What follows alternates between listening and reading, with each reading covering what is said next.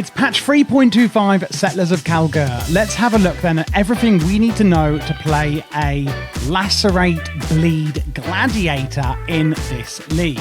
We will be going over gems, gear, flasks, jewels. We will be going over Ascendancy, Pantheon, Bandits, pretty much everything. So, first of all, I'm going to get out of the way and show you the actual build.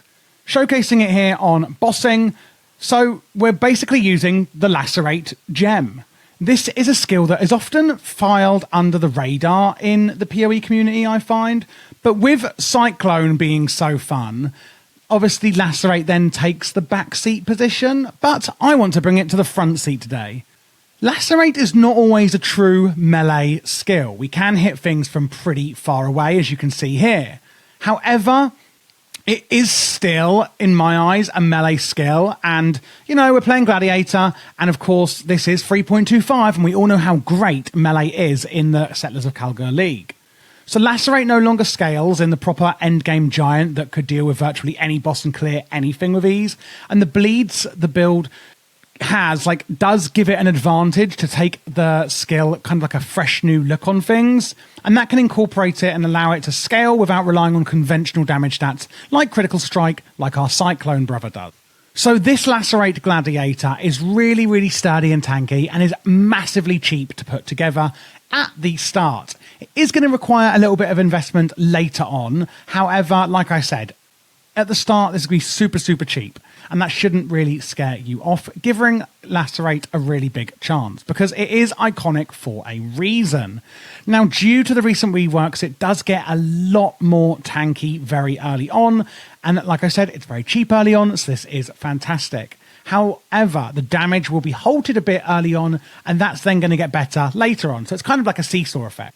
It's a really, really good league starter, as it requires basically nothing to function, and it's pretty straightforward on what gear you're going to need. It is a long-range melee skill, granting you a lot more options than some close-up melee skills would otherwise have. It is still a melee build, though, meaning that despite the range, it does require some good positioning on endgame content and bosses like you're seeing here. And being a melee build, it does use a lot of buttons.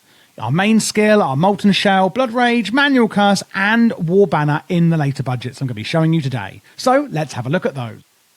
So now moving on to the gems we are going to be using. There is a POB link, of course, in the description, and I will be showing you here what we're doing through each stage of the game. So we've got Merivale, post-Merivale, Act 2, then we've got nothing really happening until the end of Act 4, Act 5, and then we're going to swap things around. So you can see here, not endgame, at Merivale, we're basically going with Ground Slam at the very start because it's just the easiest thing we have access to, with a dash and a War Banner for some survivability, with a double strike and chance to bleed here. Then, after that, we're changing it around to a Leap Slam with faster attacks and a Frost Blink.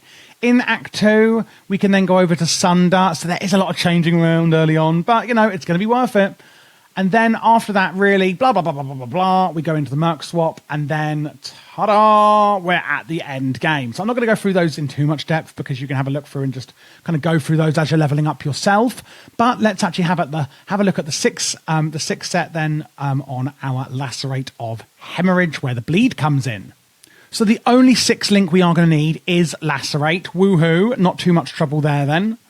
And it is going to work really well with one-handed or two-handed weapons. So whatever you get, it should be pretty easy going. Like I said, early on, this is quite an easy one to gear. If you do want to kind of min-max or know what is actually preferred, though, it would be a one-hander, preferably an axe.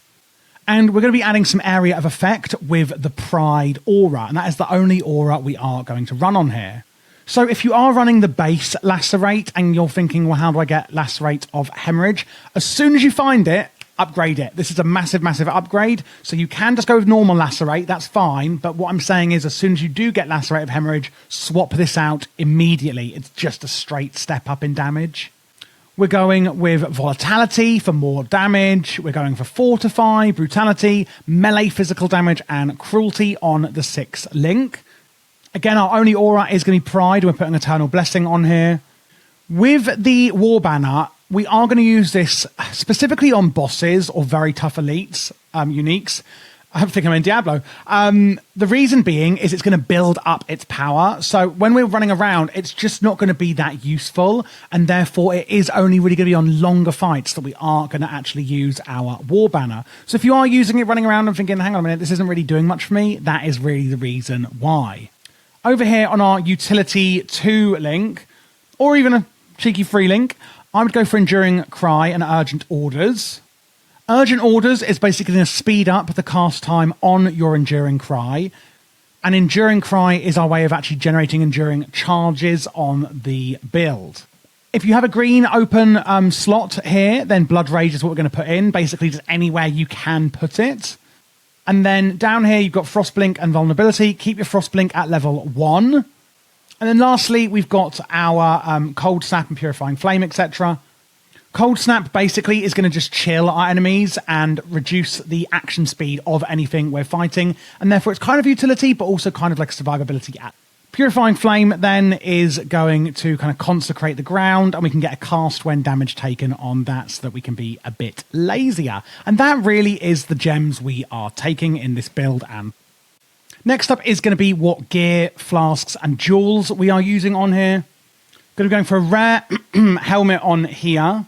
Ideally, we're going to want life and some resistances. Now, I always like to say, do try and get as many resistances. And generally, getting your resistances to over 75% is the kind of the lowest ceiling we want to get to, and then adding on some chaos resistances as well, capping out elementals wherever we can.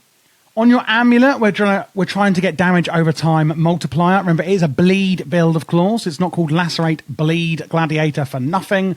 20% here to damage over time multiplier. This is the best place that we can get it, is on our neck. Again, try and get a really high level of armor and any resistances to up that tankiness on your chest. And then on the gloves, it's really just going to be attack speed and life, and then any resistances we can get. You can see I've got some physical damage over time multiplier on here as. On the boots, again, more resistances. We're really just using this for movement speed. And again, resistances, resistances, resistances. Unique belt here, the belt of the Deceiver. Ryslaffa is going to be the best in slot on this one, but it's going to be too expensive, I think, for this kind of early game league starter. So what we've put on here is we've got increased global physical damage, increase in critical strikes, maximum life, elemental resistances. Again, nearby enemies are intimidated. And then, what haven't I gone for? Jack the Axe, I love this name, grants level 21st for blood skills, woohoo, for those bleeds. Increased physical damage, cause 25% chance to cause bleeding on hit, which of course is fantastic for this bleed build, and 25% damage over time multiplier for bleeding from hits with this weapon. It's very obvious then why we love this weapon so much in this build. On the shield, I've just gone for, again, maximum life, and then rings. It's just really going to be resistances on here. Oh, and Comb Sign I forgot about. Grants level 10 to Enduring Cry skill, adding strength and endurance charges on there as well. For our flasks, we're going for granite, basalt, quicksilver, silver, and then whatever you really want on your life. I'm going for recovery rate, immunity to bleeding, etc. As usual. Nothing really too exciting on there. Lastly then, let's have a look at things like our Ascendancy, our Pantheon, and also, of course, what to do with those bandits. So looking at our Ascendancy here, obviously we are a gladiator. And Gratuitous Violence is the first one we are going to be going for. So we're going to get attack speed and bleed chance beforehand. Of course, more bleeding. Attacks have a 15% chance to cause bleeding and 5% increased attack speed. So what does Gratuitous Violence do? Bleeding enemies you kill explode, dealing 20% of their maximum life as physical damage. So some really great AoE effects there. Attack speed and more bleed chance. And then we're going to go straight down onto the Jagged technique. Bleeding you inflict is aggravated. If you're wondering what this means, bleeding that has been aggravated always deals higher damage as though the target was moving. And then it's kind of obvious which way we're going because it's linking together, but it's going to be up for a more attack speed and block chance, and then Determined Survivor. Gain 50% block chance to block from equipped shield instead of the shield's value. Inherent bonuses from dual wielding are doubled. Then it's more attack speed and block, and then more than skill. Chance to block attack or spell damage. It's lucky if you've blocked recently. What does this mean? Well, lucky things are rolled twice, and the best result is then used. So you're getting kind of a double dip on that one. And that's where you can see here, Gladiator is fantastic at being kind of like a two-pronged attack. You're getting massive defenses, and you're also getting massive bleeds and physical damages there as well. So it's a really well-rounded kind of ascendant, in my opinion. On our major gods for the Pantheon, I would go Soul of the Brine King on your major. And on minor would be Soul of Aberath. And this is just really good for getting around, burning and ignite and things. Then what are we doing on bandits? I would say to help Alira, because we need quite a lot of resistances and it's just an easy way to get some. You could also kill them all for the extra skill passive, but that's going to be more helpful really later on in the build. Earlier on, I do think helping Alira is going to be a lot more beneficial for you. And that is pretty much it for this Lacerate Bleed Gladiator build for patch 3.25 Settlers of Kalguur. Hopefully it was helpful for you. If you are looking for other builds, click this playlist. And if you would like to support the channel, please do join my Patreon, linked in the description, where I can help you with any one-to-one questions you may have with the builds, etc.